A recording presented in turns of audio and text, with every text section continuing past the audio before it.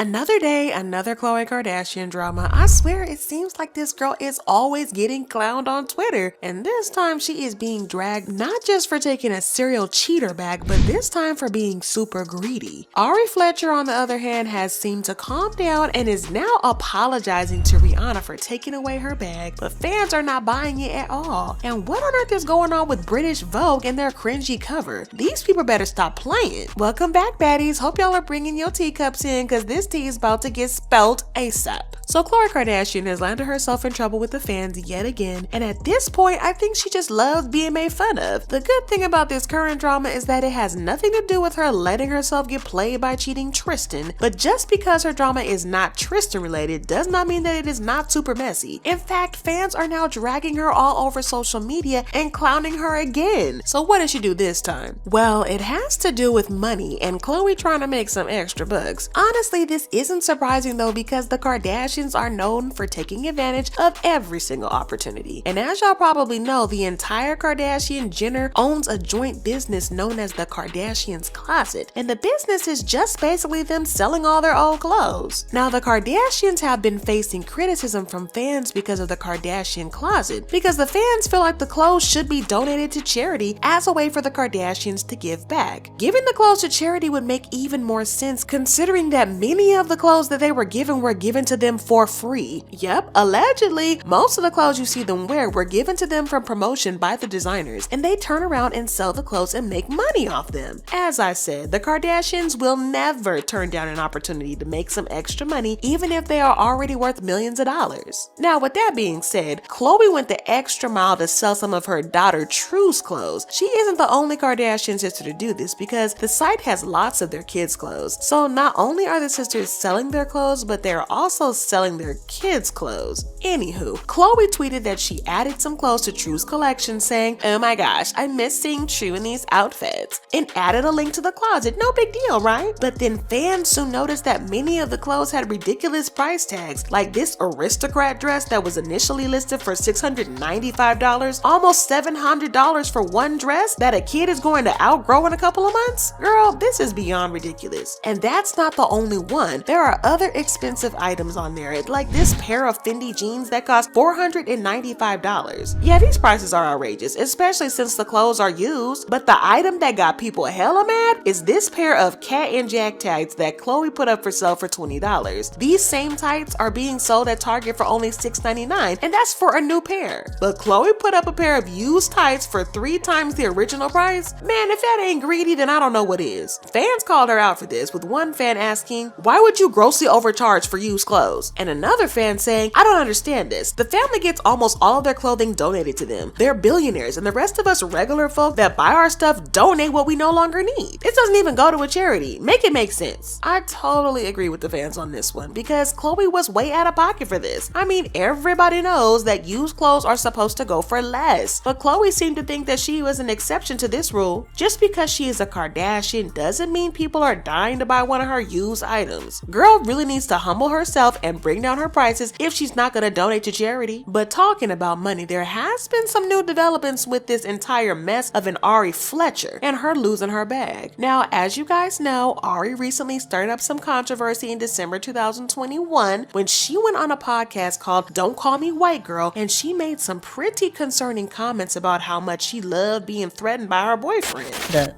I'm leaving, you. That's fake me. booking the flight. Really never booked the flight. Fake booking the flight, like calling my manager, "Hey, you gotta stop me from leaving." But I was never going nowhere. Oh, yep, you the toxic one. Pull your gun out and show me, leave. I wish you would walk out the door. Like that wasn't bad enough, she went live on Instagram to run her mouth and make some really horrible comments on DV that got her in even more trouble. Nobody cares. Nobody cares. Nobody cares about what happened to you, what trauma you had. Nobody cares. You trying to victimize yourself and use this. Oh, like this. Yeah, don't worry about my wig. Yes, child. Anyway, please, stop. You in the comments, you telling your stories about nobody cares. We do not care. We don't care. One time my boyfriend, so what? And now what? Nobody cares. Y'all trying to victim. You want to be a victim so bad. Why you want to be a victim so bad? I know I look crazy. Y'all know ready. Now, she was really unapologetic and gave off that I said what I said type of vibe, if you know what I mean. Well, what she did not expect was getting fired and banned from Fenty by Rihanna herself. Riri didn't even make a fuss about it or anything like that online. She just swiftly took action and took Ari down from the Savage by Fenty website. Initially, Ari was still being a piece of work even after getting fired by Riri. She even threw some shade at the situation on Twitter saying, "Not funny stuff, I be trying so hard to care, but I just can't. I don't know why, like my mind and my body just feel like y'all opinions all about me be hilarious. I literally cannot stop laughing at y'all. God bless them empty hearts and lost souls." She even hinted that she didn't mind getting fired from Fenty, saying, "Made $200,000 already and we only 8 days into 2022. Blessed, thankful, highly favored." But now it looks like she is ready to be humble because she just apologized to Rihanna. Well, sort of. On her Instagram story, she wrote, "Best thing I ever did was calm the F down." She also said, "You gotta understand how reckless I was to understand how chill I am right now." So it looks like somebody finally talked some sense into Miss Ari. Either that or she figured out that her career is probably not gonna survive this scandal. Either way, I think that fans also deserve an apology from Ari. Then she went on Power 105.1 and talked about how she was planning to do some work for women's shelters and to help victims of DV. So I heard you're getting some nonprofits. I am, yeah. I team with Fashion Nova. Doing some. I'm doing give back for like some women's shelters and also for domestic.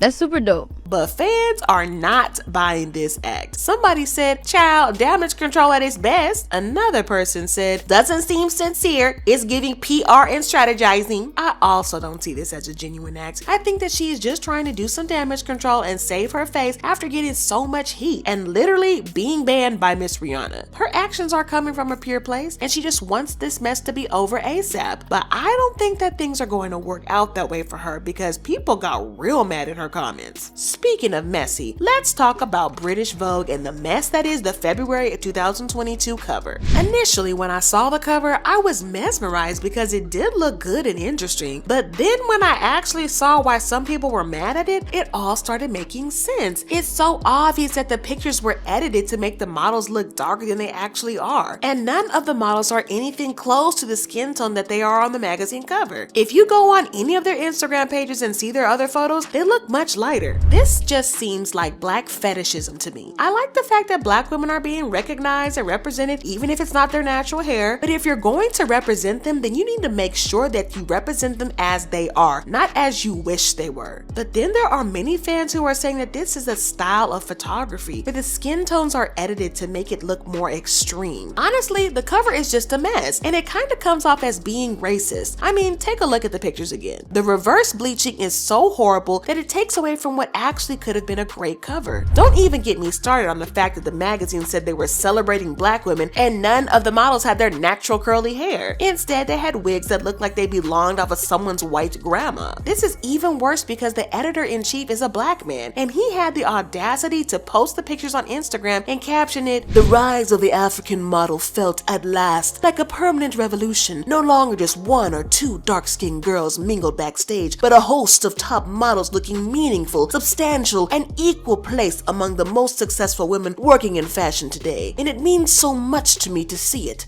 Under the watchful, passionate eye of a photographer, Raphael Pavarotti, we created a little magic with 2 special covers."